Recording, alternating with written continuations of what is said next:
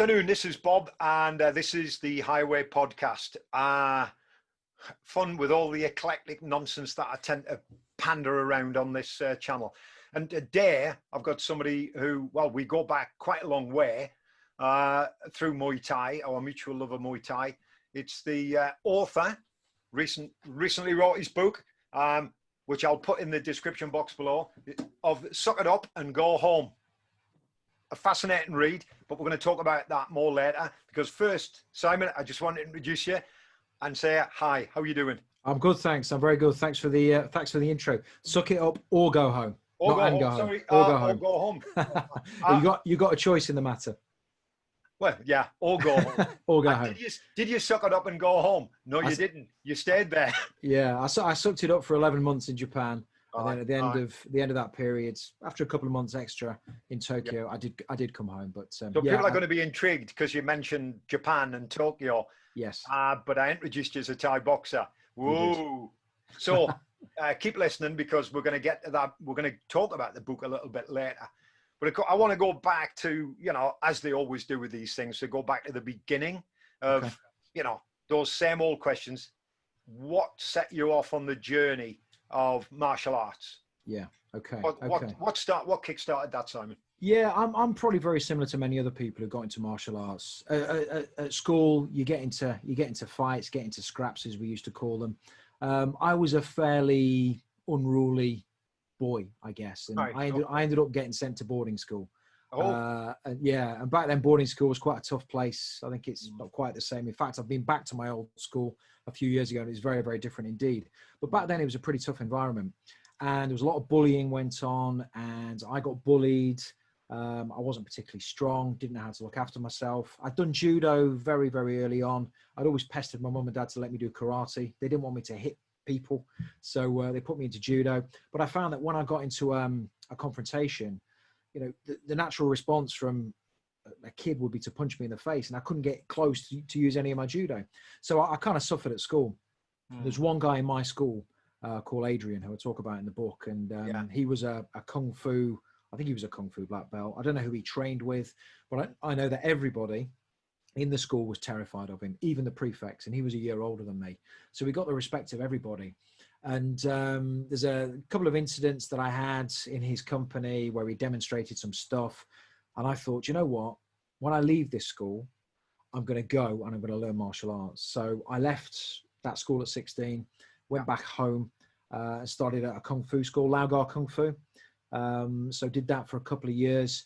But I found that the way I practiced that martial art was very traditional. And then when I did competitions, we'd fight in a completely different way. So we'd use the horse stance in the traditional type stuff.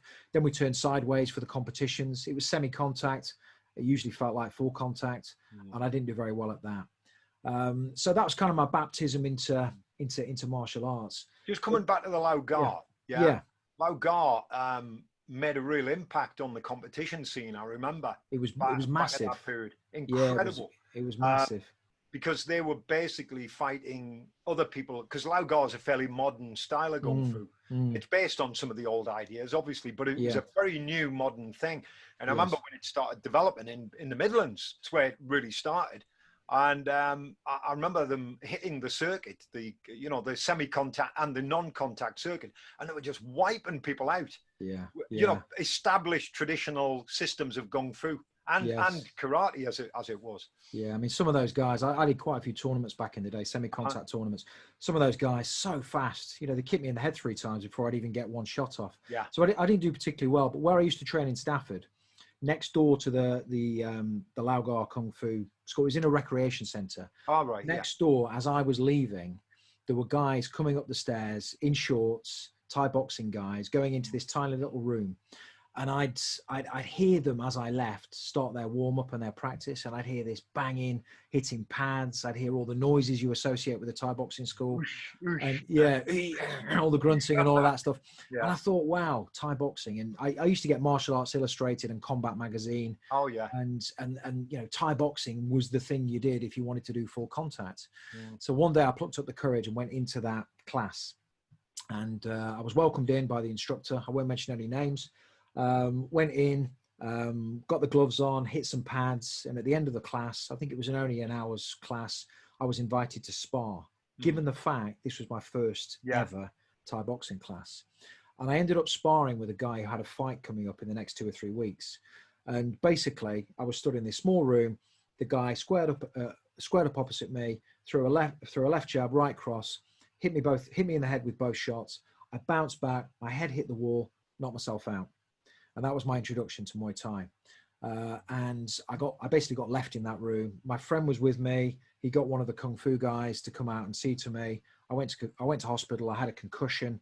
And then I realized that I had a decision to make, because I'd tried Thai boxing, but I hadn't really tried Thai boxing, Muay Thai, as it should be taught. Yeah. So I could either quit and go back to Kung Fu, knowing that the Kung Fu that I'd learned didn't help me in that situation, or I should seek out somebody that could teach me Muay Thai properly. And that's when I referred back to Combat Magazine, Martial Arts Illustrated.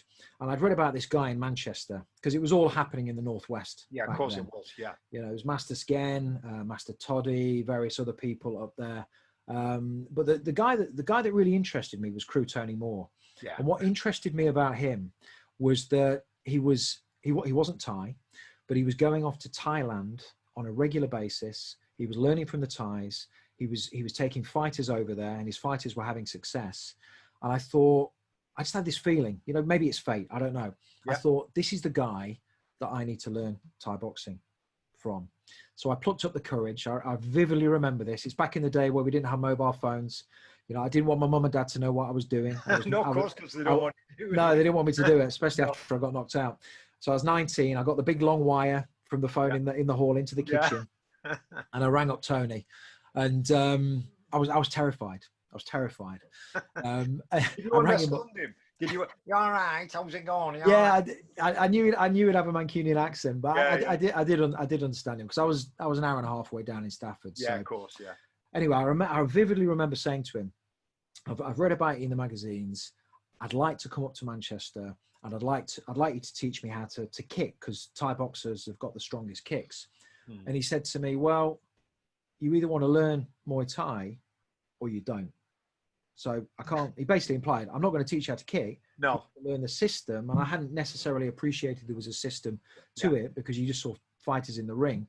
So I went up to Piccadilly, picked me up at the station, took me to the Fighters and Fitness Centre in Clayton, had my first class, and my eyes were opened.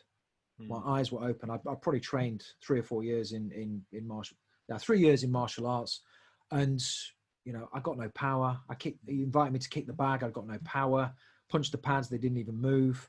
And I realized that this was the guy to teach me. So I trained then on a regular basis, every week, every 2 weeks, travel up to Manchester on the train, got picked up at Piccadilly and trained with Crew Tony, which was, you know. And of course, he's very much a traditionalist, isn't he? Yeah. Yeah. I mean, the discipline was incredible. Yeah. And I maybe didn't appreciate the importance of discipline back then. My time in Japan has definitely taught me about discipline. Yeah.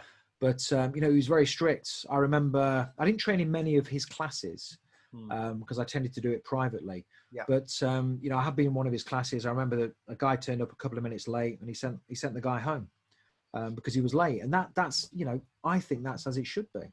Yeah, I think you're right. I mean, it's what I was saying. You know, I was brought up with traditional karate originally, and exactly the same thing happened in the dojo. People would turn up, everybody responsible for cleaning the floor. Yes. Before we even start, and the gi had to be pristine. And Tony carries that same ethos across to Muay Thai, which I think is an important element that's missed in a lot of classes that I've seen Muay Thai. Yeah, I think over the years, you know, back in the 90s, back in the late 80s, 90s, that was the golden era of Muay Thai. Of course it was. Yeah. You know, all the fighters were coming up. There were some really good camps. There was lots of competition between these camps, and people were traditional. You do the Ranmoy, you do the Wai Kru at the start of the fight. Yeah. And I think nowadays it's drifted, and people are teaching Muay Thai. They're not necessarily teaching the traditions. They're teaching more of a kind of kickboxing, MMA type style. And Muay Thai is different. Muay Thai comes from Krabi Krabong, Muay Baran. You know, it was honed on the battlefield. This is just the unarmed version of the Thai national art, if you like. Yeah. So it's been sanitized, I think, over the years, but back then was an amazing time. Well, I mean, I had a, just to echo that sentiment, I had a guy come in the gym. This was pre-COVID, so I think it was probably March, something like February, March. He came in, and he said, he actually said, "Oh, I've done a bit of Thai boxing before. You don't do that stupid dance thing, do you?" Did you show him the door? Oh yeah, I said Yeah, the stupid dance thing is around Muay and a white crew, which is part and parcel of what we do. He said, "Oh well, I don't want to be learning that. I just want to learn to be able to fight." I said, "Well, there's a gym just in Redditch. He's really good." And I'm turning business away because you're right. It's been sanitized. The Ramway is not given any credence. The traditions are not observed. I mean, I've still got a shrine in the gym. It's just part and parcel of it. It's part of the art, and the students who get it. And that's what they want. They want to be able to fight, but they also want to have the other aspects to it. The more ritualistic elements of it. The spiritual elements of it. Yeah, it's the whole system. There's a right and a wrong way to do stuff. Yeah, and Tony embodies that, doesn't he? Oh, I mean, it's amazing. If you cut him in half, he'd have Muay Thai written. Yeah, he, Crew Tony or Arjan Tony now. Arjan Tony, yeah. He lives and breathes Muay Thai. He's probably, I guess, I trained with him probably for 15 years, fairly consistently. It drifted a little bit at the back end. I think he's probably moved a bit more into Krabi Krabong now. Yeah, he has. Which I think was definitely his interest, and in fact, I think I talk about it in the book. As I was starting Muay Thai with him, he was starting Krabi Krabong. So both on a separate journey, albeit a similar journey. So he was a massive influence. We're still in touch today. I've not seen him for quite a long time. I probably need to put that right at some point. He's reading my book, so hopefully he likes what I put about him. And he introduced me because I lived in I was born in Stafford. Then I moved to Nottingham to go to university. So he introduced me to Master Lek, who'd I think a character. I think he'd recently come to the UK from Thailand. And it was quite unusual, as you'll know, Bob, back in the day. If you train in one camp, you don't go and train in another camp. No. So I was a Sit Siam camp, and I started fighting by now. So I was a Sit Siam camp fighter, and suddenly I was training at Sinakhon Chai in Nottingham. So when I used to fight in competitions, I never quite knew who I was representing, but it didn't really matter because Tony and Master Let had such a good relationship. We're good friends, yeah.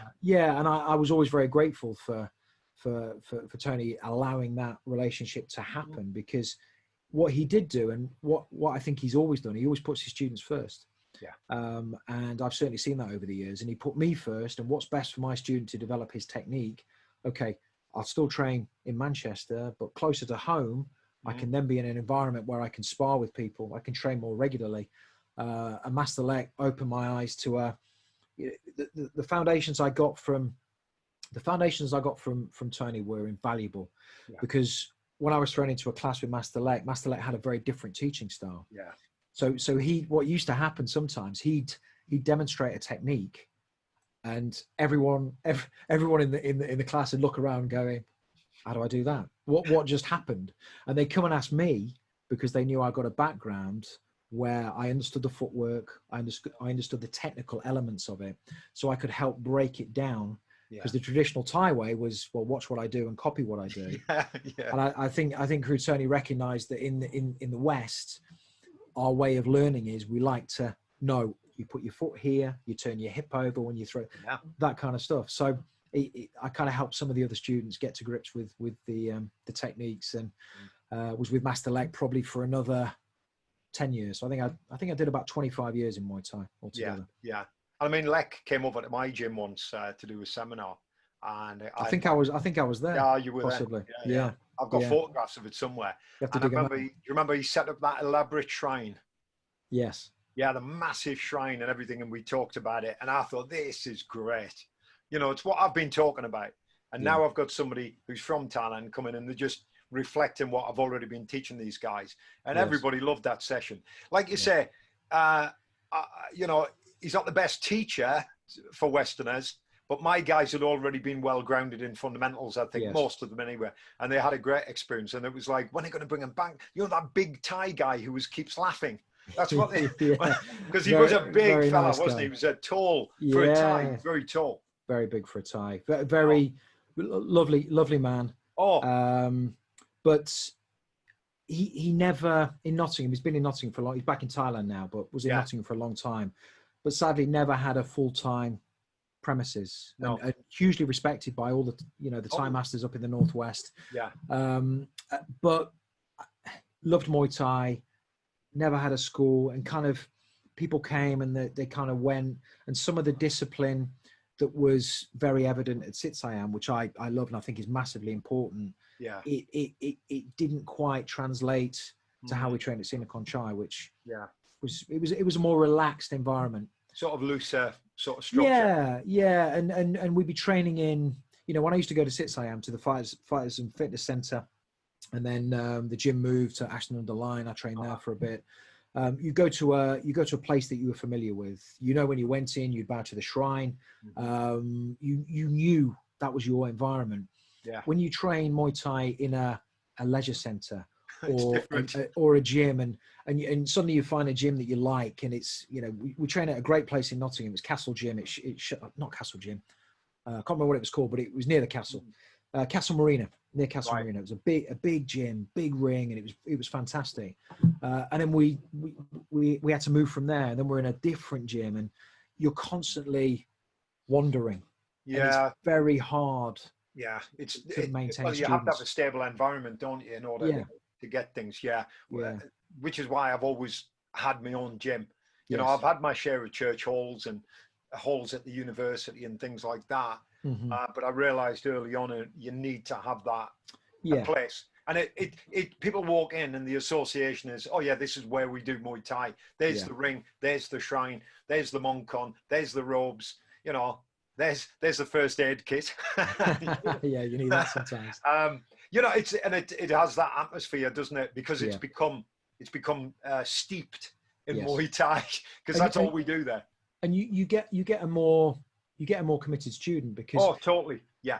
People, I used to travel to Manchester once a week. It'd take me door to door 2 hours, 2.5 hours to get there and back. And then you have some people that kind of moan to go 10 minutes down the road. Yeah. And if you're moving around, even within a city, it's amazing how people drop off because, we're there now, the parking's not so good, I can't quite get there on time. So we'd have this constant churn of students. And what makes a good Muay Thai school, apart from the instructor, apart from the environment, is a good collection of people that are all coming up together and pushing each other and challenging each other. We had some of that, and there was some hardcore students that were with Master-Let for a long time, including myself. But below that, there was a churn. You have people drifting in and out. I think that's true of any gym. I mean, one of my guys who had a club down in Wales, and he's passed it on to somebody else now, Lee Stingemore. Lee was a great instructor. He trained with me for years. He used to come up to Birmingham to train with me, and then I qualified him, and he set up his own little place down, and it had a really successful, called Celtic Pride, and it's got a lot of good fighters down in Wales. And he was on Facebook one day, and somebody said, is your club any good, blah blah blah. He said, oh, you've got to understand one thing, it's not a club, it's a camp. And the other thing, it's not about it being good, it's a family anyway. Yes, it's a family. And it's got all the idiosyncrasies of a family, all of the dysfunctional elements of a family. He said, we're one big family, so don't think you're just joining a club and you're paying your fees, you're joining a family. And that's the ethos I guess I've always had, because whenever I train in Thailand or trained with, alongside Tony Myers or with Tony Mua or Toddy, it was always a level of respect and discipline, and everybody, conformed to that because that was part of it. But there was always that element of we're part of a group, we're all on the same team, sort of thing, Yeah, and it's I totally agree with you. Somebody about Muay Thai being a solitary sport, and we were saying, well, it's not, is it? Because we all work to help that fighter win his fight. The cornermen are there to help him win his fight. The coach is there to help him win his fight. So yes, it might seem like a solitary sport, but if you think you're training on your own, you're not. Yes, we're all here to back you up. I think you hit on an important point there, that I'd like to explore a minute and just explain what No. I think about it. Because you said that you don't just pay your money and train, and that's the difference between martial arts and a gym membership. Yeah, I think because the martial arts I've trained quite a few, as you know, Muay Thai, Aikido, Brazilian Jiu-Jitsu, Krav Maga. Yeah, you have a different relationship with a martial arts school and your martial arts instructor than you do when you go to the gym, or you go and play football, or you go and play tennis or whatever else, because there's that spiritual element, I believe, and there's that reciprocal respect. And in Japan, you know, the sensei student relationship, it's the same in any martial art. Yeah. You know, the crew student relationship in Muay Thai, it's the same in any martial art. And going back to what we said earlier, some of that is slipping, I think, because people now are training a bit here, training a bit there, training a bit somewhere else, and they're losing that longer term relationship with a teacher, who is there as more than just a teacher. They're a mentor, they're a father figure, or whatever else. So I just thought I'd mention that. What I've also noticed as well, Simon, you brought up that point about, you know, how the martial arts have changed now, really, and a gym membership is just a gym membership, and it's not being part of a group. I think with the rise of the mixed martial arts, and this is not like a dig at any specific groups or anything, because, you know, I know guys who fight in MMA and UFC who train bloody hard. And they're athletes in their own right. But I've in recent years, I've been getting quite a few young lads in the gym who've got quite an attitude on them. Yeah. And what the UFC's done, the bad part of it, I feel, is it's turned it into almost like a WWE type of thing. Look at me. Yeah. You know, I battered the guy. I'm going to kill you, and all of this sort of thing. And I've choked one or two people out of the club because of it. I've actually taken them one side to say, look, this attitude doesn't work in here. Yeah. You're not going to try and kill your opponent at the weekend. You're going to fight somebody who's working just as hard as you to fight. So you're not fighting. And that was for an interclub, you know, and I was like, you know, if you're taking that attitude to an interclub, we're all here to have a good time. Your opponent has put as much work in as you have. Enjoy it. And at the end of it, you'll have made a new friend. So if you don't leave this ego by the door, you're not coming in, you know.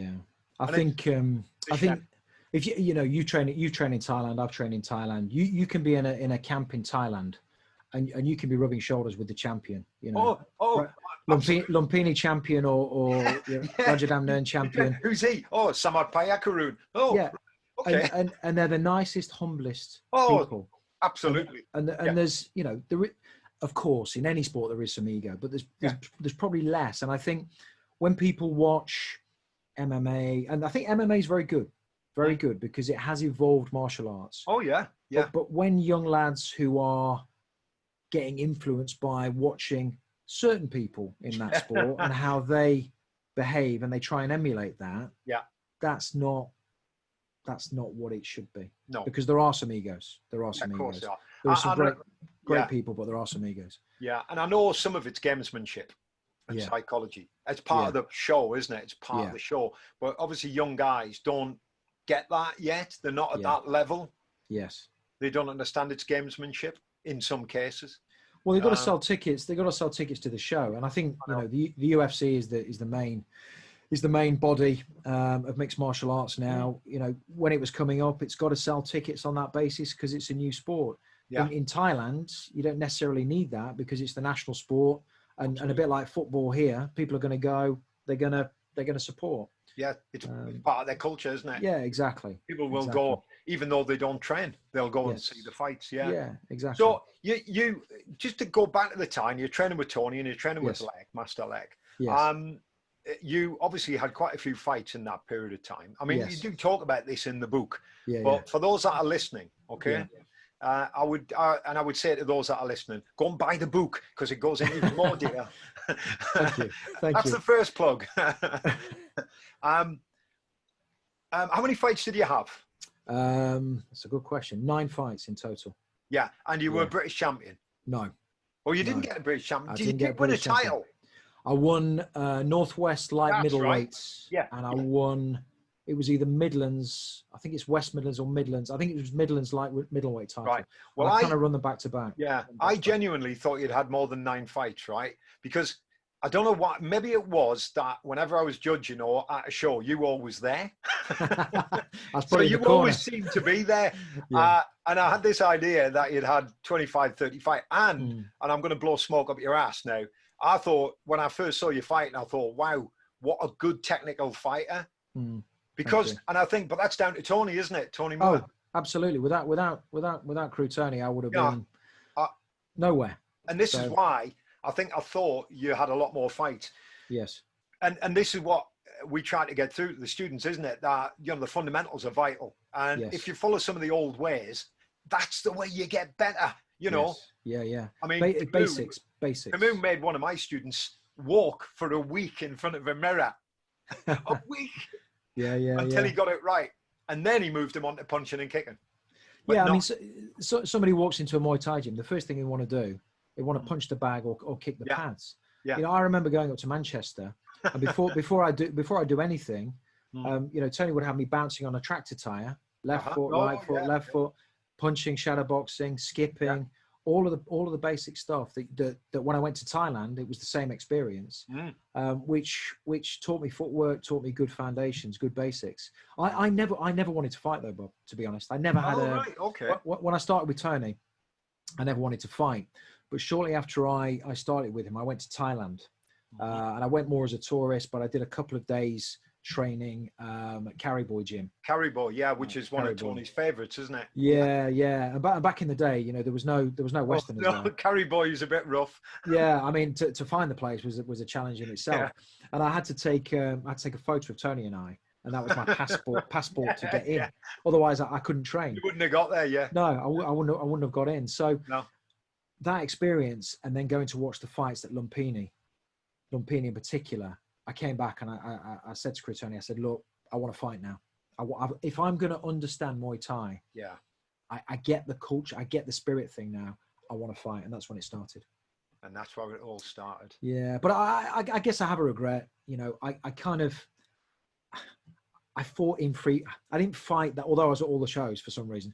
I didn't fight as frequently, and I didn't have this real burning desire to be a world champion, or I kind of just did it to get some experience. I do have a bit of regret that I never went for British champion, but I didn't fight regularly enough. And then I was at university, so I got all the other distractions of university. Yeah, of course,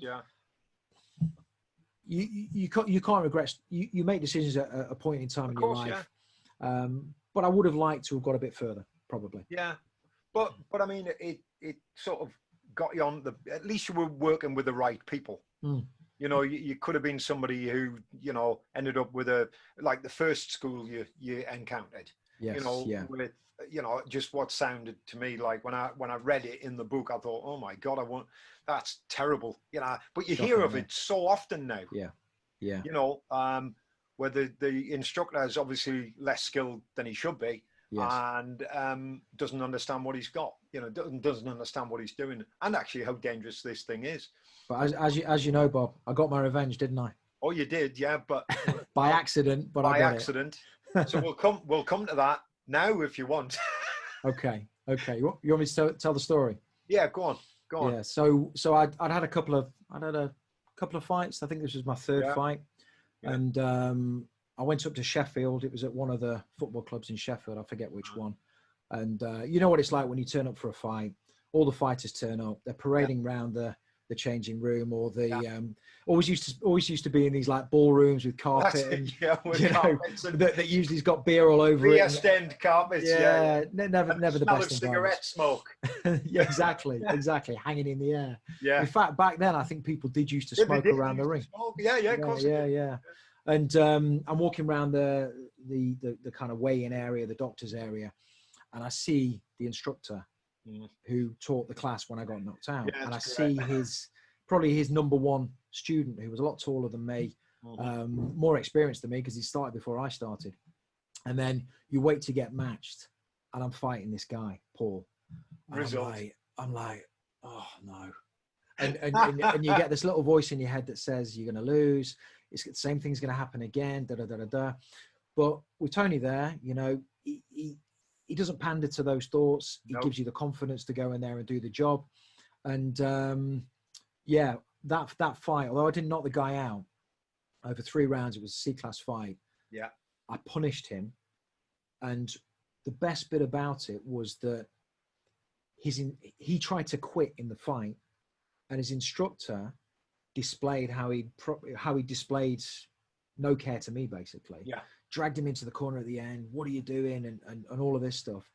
And it was kind of, it wasn't about getting victory over Paul, who I fought. No. But it was about getting victory over the demons of that day when I got knocked out, my first baptism into Muay Thai. Yeah. And also kind of showing the instructor in the other corner that actually, if you teach your students properly, this is what they're capable of. Yeah. Yeah. And that was down to the excellent instruction I got at Sitsayam. Of course, in a very short period of time. As you say, he doesn't. Yeah, in a very short period of time. Negativity or any of that sort of thing. Because I mean, Tony in his own right was a great fighter. Absolutely. Absolutely. And an old style coach, yes. of which there are very few, I'm afraid, now. Yeah. Very few. Unfortunately. We're all dying out now. a dying breed. If you look at Tony's school, world famous Sitsayam camp, but hardly anybody knows who Tony is. Yeah. You talk to modern Thai boxers and they haven't even heard of him. Yeah.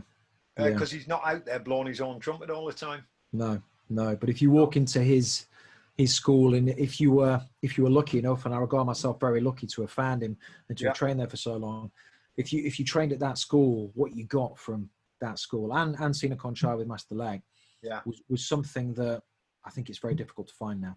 I think you're right. I see it very rarely. Yeah. And it's quite, it sort of saddens me a bit because, I've invested most of my life in this sport, and you just see people abusing it. And I don't say anything,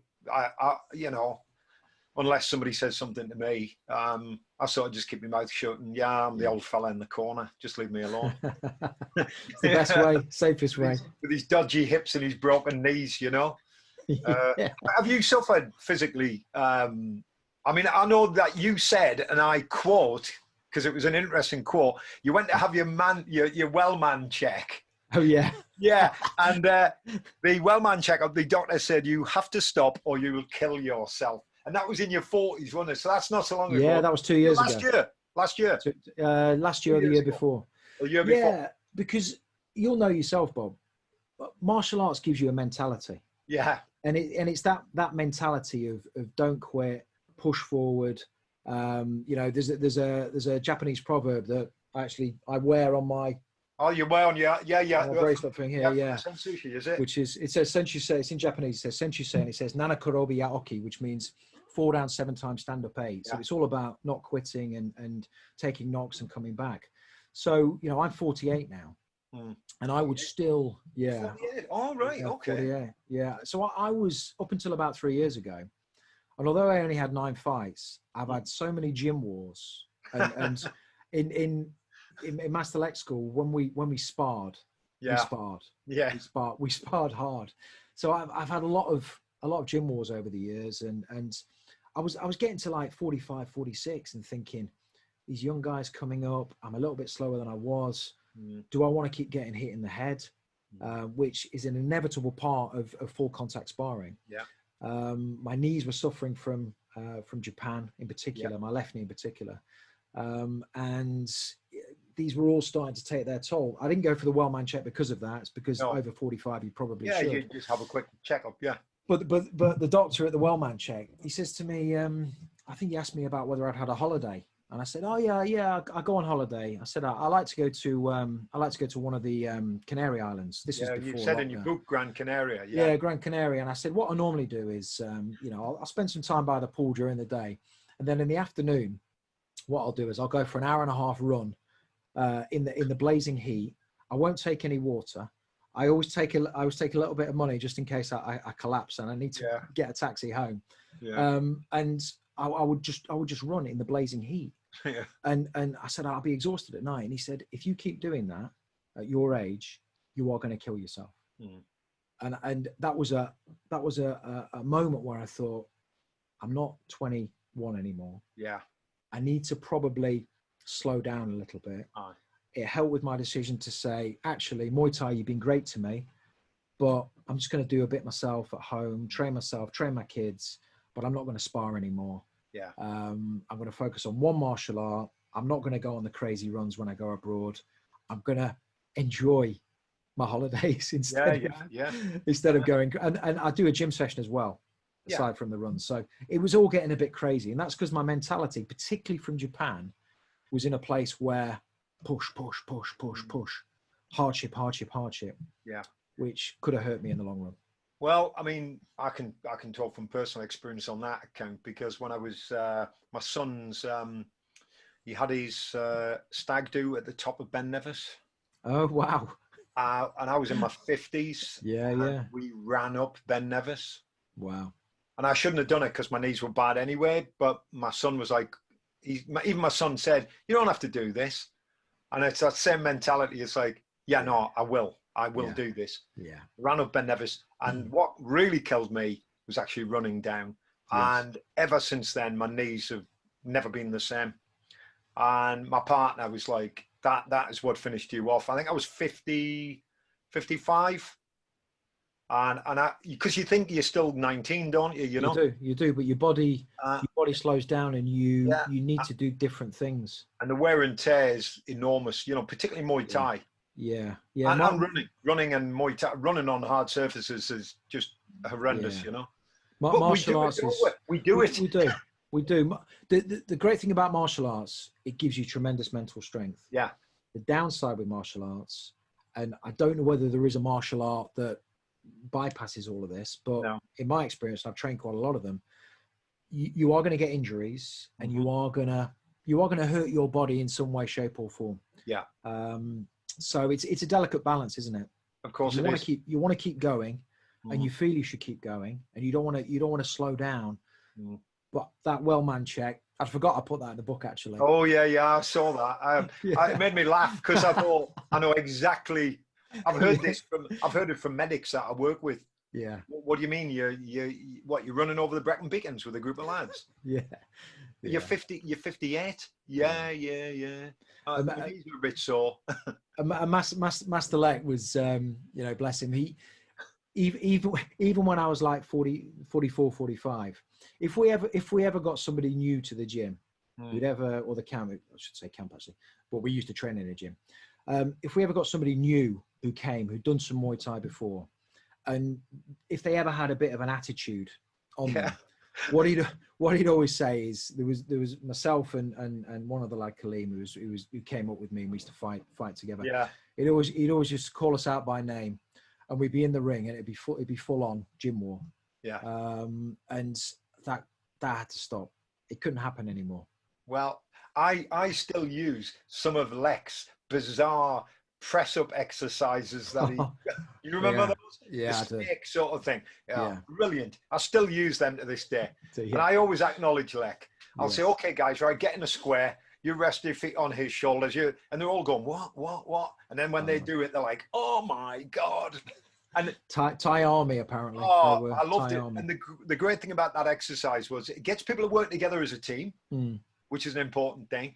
And it kills you. Yeah. I mean, it kills you, you know. Yeah. So I remember Lek stuff fondly. You know, when you said he'd gone back to Thailand, I was like, no. You know, part of me left. Yeah, and I did like the guy. I mean, obviously I wasn't as close to him as you were, but on the few occasions I'd meet him at the BTBC or when he came over to do seminars for me, I just got on with him. You know, he's just an approachable guy. Yeah, very much so. I talked to him about Buddhism and that, you know, because he'd been a monk, I believe, for a certain period of time. Yeah, I think so. I think in Thailand you have a decision to make at an early age. Yeah. I think you either do military, or you become a monk, or you become a monk for it's either 3 days, 3 weeks, 3 months, or 3 years. Yeah. He did tell me the story decision one time. Yeah. So we you know, he used to bring the amulets back from Thai. I've got so many amulets and whatnot. But a really nice guy. It's a shame now. You know, in Nottingham, there are some, you know, Muay Thai camps, but, you know, Master Lek leaving has left a really big hole. Of course. Oh, I can only imagine. Yeah. So that's like your Thai boxing career. That is. And done and dusted. And then in what made you have this decision in 2006, wasn't it, to go to Japan? Yes. I'm right. See, I have read some of this book. You have read some of it. 2006, and you spent Well, the course is 11 months, isn't it? Yeah, yeah.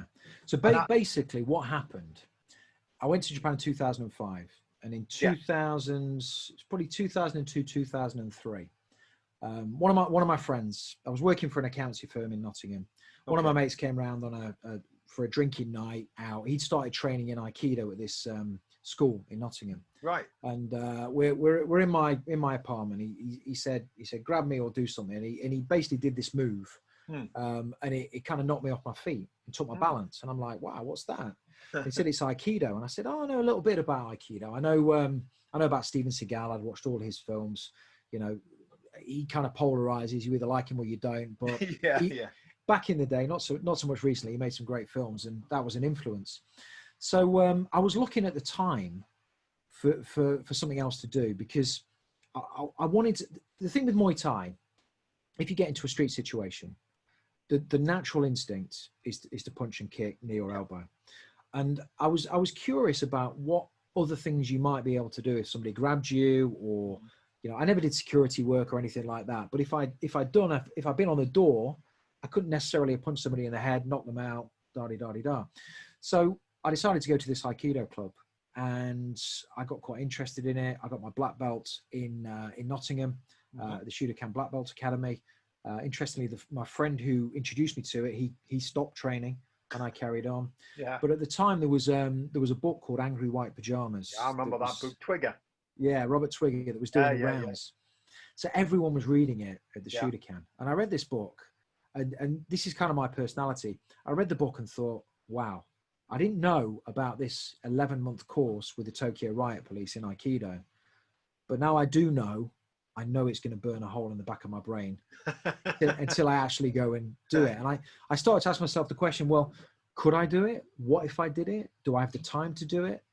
And I made the decision that, having got my black belt in the UK, I would go to Japan. I was en route to Australia. I was planning to settle in Australia, but that's another story altogether. Oh, right. And stopped in Japan and went to the Hombu Dojo, the head dojo in Tokyo, did some of the basic classes, got some information about this Senshusei course, and decided I'd enroll on it. So in 2006, 1st of April 2006, I started 11 months of grueling training, 5 days a week, 4 sessions a day. So it's 4 hours a day training, indoctrinated to the dojo, learning Japanese culture. Amazing experience, tough experience, but an amazing experience. And it gave me a different thing, that I got a background in Muay Thai, and I got discipline from Muay Thai, but this took the whole discipline and mental capability thing to a whole new level. So the Aikido introduced you to sort of Japanese concepts, I guess. The Japanese concepts of the martial way, Budo, Bushido. And you literally give everything up, didn't you? Yeah. Go there. Yeah. Yeah. So I had I had a career in recruitment. I had a house, got a car, got a nice life, earning decent money. And I just decided that I was going to work, and I thought, I'm 34. I kind of had my first midlife crisis. I probably had my second towards the end of the book when I came back from Japan. You'll have read about. Yeah. But I thought, well, why not? Why not? I know that opportunity is there. I could sell my house. I could sell my car. I could get on a plane. I could go to Japan. I could teach English for a living. Why not? So one day I decided I would, and then I put the plans in place to do it. And that's what I did. Did you, ask you a funny question here, did you at all waver? Did you ever, when you got out there, did you ever think, oh, what have I done? No, I didn't. Okay. No, because I don't know whether you've ever been to Japan. Yeah, Yokohama, but a long time ago. Yeah, it's a bit like, I guess it was kind of similar to the first time I went to Thailand.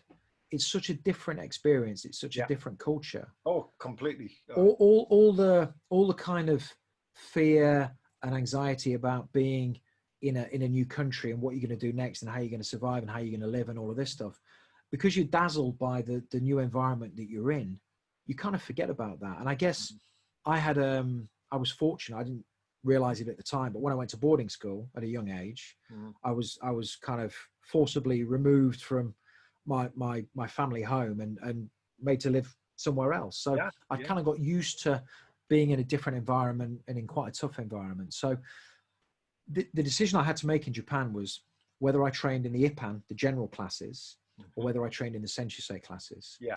And every morning I train in the Ippan classes, and we train on half of the mat. And the Senshusei, and Senshusei means specialist. It basically means somebody who is the lowest form of life in the dojo, has committed themselves to the dojo for this crazy course. And I'd watch the Senshusei, I'd hear the shouting, the screaming.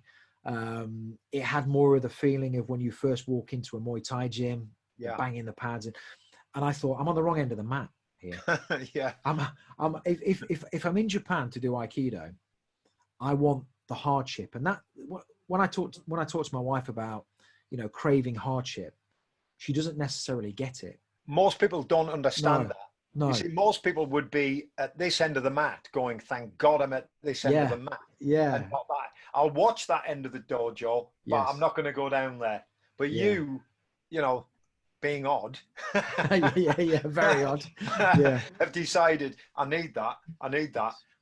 That's got to, but that you mentioned, going back to us a little bit there, you mentioned boarding school. It sort of created an independent spirit, didn't it? I think it did, because you had to fend for yourself. Yeah, I mean, at 13, I went to boarding school. I was a naughty boy. I was terrible. Yeah, you said, yeah. and I remember having the tour of the boarding school with the headmaster. All the pupils are really nice and friendly. The headmaster promised the earth, yeah, you can do this, you can do that. And I remember the first day when my parents had dropped me off, we got taken into the house, into the boarding room, and basically that was it. The life they presented, completely different to the life I was about to live. Yeah. I mean, it's I've never been to prison, thankfully, but it's as close as I can probably imagine without going to prison. You can.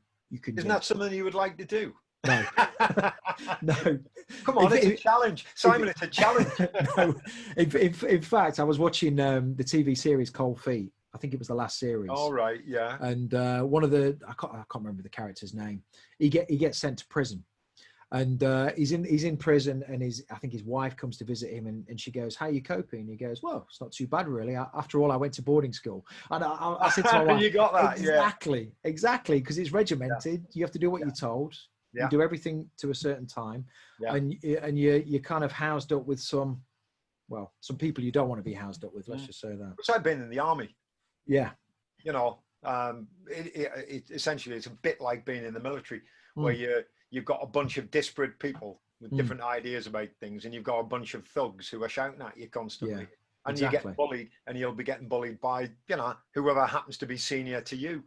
I mean, I went to a secondary... Sounds like the Senshusei course, that does. Yeah, well, I was just going to say, so I guess it was like coming home for you, wasn't it? Yeah, I never really had a problem with the hardship. I wanted to see how much I could take. What I was curious about at the age of 34, I got a comfortable life, got a good job, and all that other stuff that I've spoken about. I wanted to see if having red angry white pajamas, if I went to Japan, could the Japanese break me on the Senshusei course, or could I do it? And I knew I could do it, and I was determined to do it, and I did do it. And when you go through an experience like that, when you're talking about hardship, when you go through hardship, you come out at the end of it a very different person. And if you learn anything along the way, you come out of it as a better person, I think. Yeah. So whilst you were in Japan, in order to make a little bit of money, you were working for was it the Berlitz? Berlitz, yeah, the language school. Yeah. So did you learn Japanese? Did you pick up Skoshidake, which means a little bit only. Oh, okay. There you go. That's about the extent of it. Oh, you burst my bubble. I thought you'd come on here going, "Oh, konnichiwa," whatever. Konnichiwa. I can understand more than I can speak. But I like when I first went to Thailand, I learned some Thai so I could communicate, and it's respectful to do that. So I had Japanese lessons, and the teachers, we had 3 classes every day. The first class was run by an international instructor who generally spoke English, but then it was Japanese instructors. So you had to understand some Japanese. Yeah. And on my course, every year is different. And mine was the 16th international course. And on my course, they brought in this thing called Zagaku, which was basically a meditation class every week, where you had to sit in that very uncomfortable kneeling position, Seiza. Oh yeah, good old Seiza. Yeah, and you had to, which is probably ruined my knees. and you had to, after 2 or 3 weeks of being able to recount a Hansei and Shukan, which is a reflection as to what you could improve on and a habit that you're proud of, we were told we had to do it in Japanese. So I was pretty happy that I knew some Japanese and I could write the alphabet and this, that, and the other. So I think it made my time in Japan more interesting and more enjoyable, knowing at least some of the language, because it definitely did help. And then I was teaching at Berlitz English. Yeah, and I guess most of the instructions would have been, well, all of the instructions in training would have been in Japanese, I guess. Pretty much, yeah. Particularly the second and third classes, yeah. I know when I did karate back in the 60s and 70s, all of the Japanese expected you to know everything in Japanese. Yeah. There was no forward stance. It was Zenkotsudachi, you know. Yeah. There was like, you know, everything, all the commands, you know. Yes, Hajime, yeah. you know, all of them, you know, they're still, yame, they're like, they're trapped inside my head. So I can speak karate Japanese very well. Yeah. Which I had to do because I remember Anoida on a course, Sensei Anoida, who was fearsome, and he was known as the Tiger in Shotokan karate. He was one of the first people to come over to the UK in the early 60s, if not the late 50s. And he actually slapped people on a course if you didn't get it right. You don't understand? You don't understand?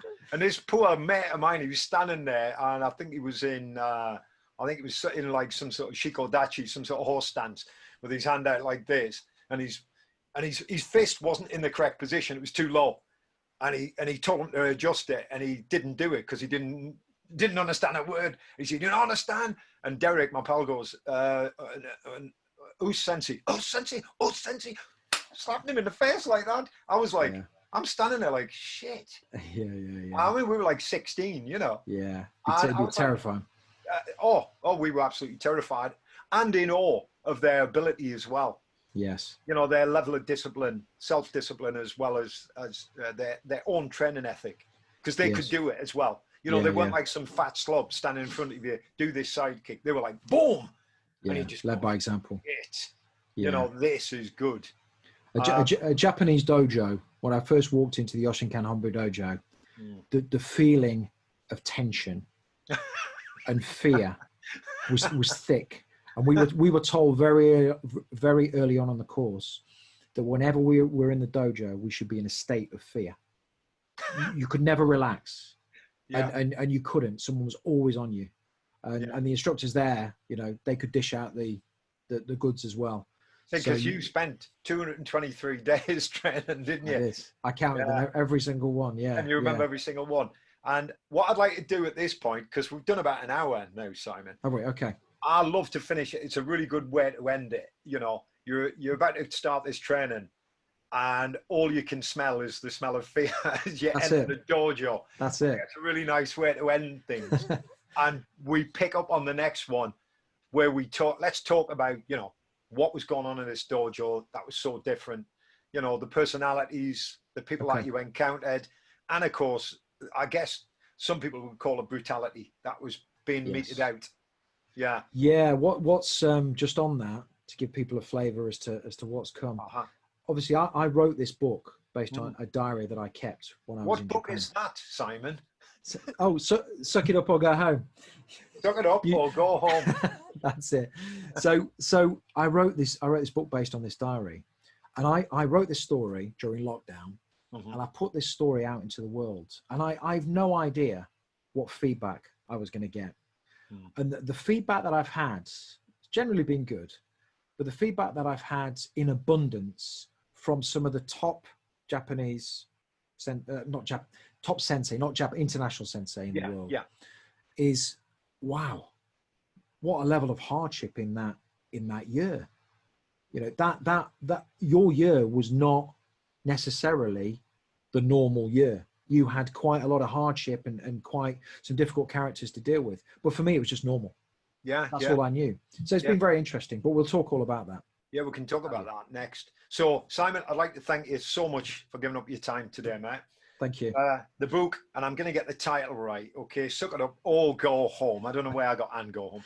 Suck It Up or Go Home by Simon Gray. It's available on Amazon, isn't it? It is, yeah. And I'm going to put all the details and the links in the description box below. Thank you. Go and buy it and help this poor man out. He's suffered. Let's get him some new knees. Yes, exactly. Exactly. Simon, Yes. thanks a lot, mate. Thank Thanks you, Bob. very much. Thank you. Okay, Thank you. thank you. Thank you.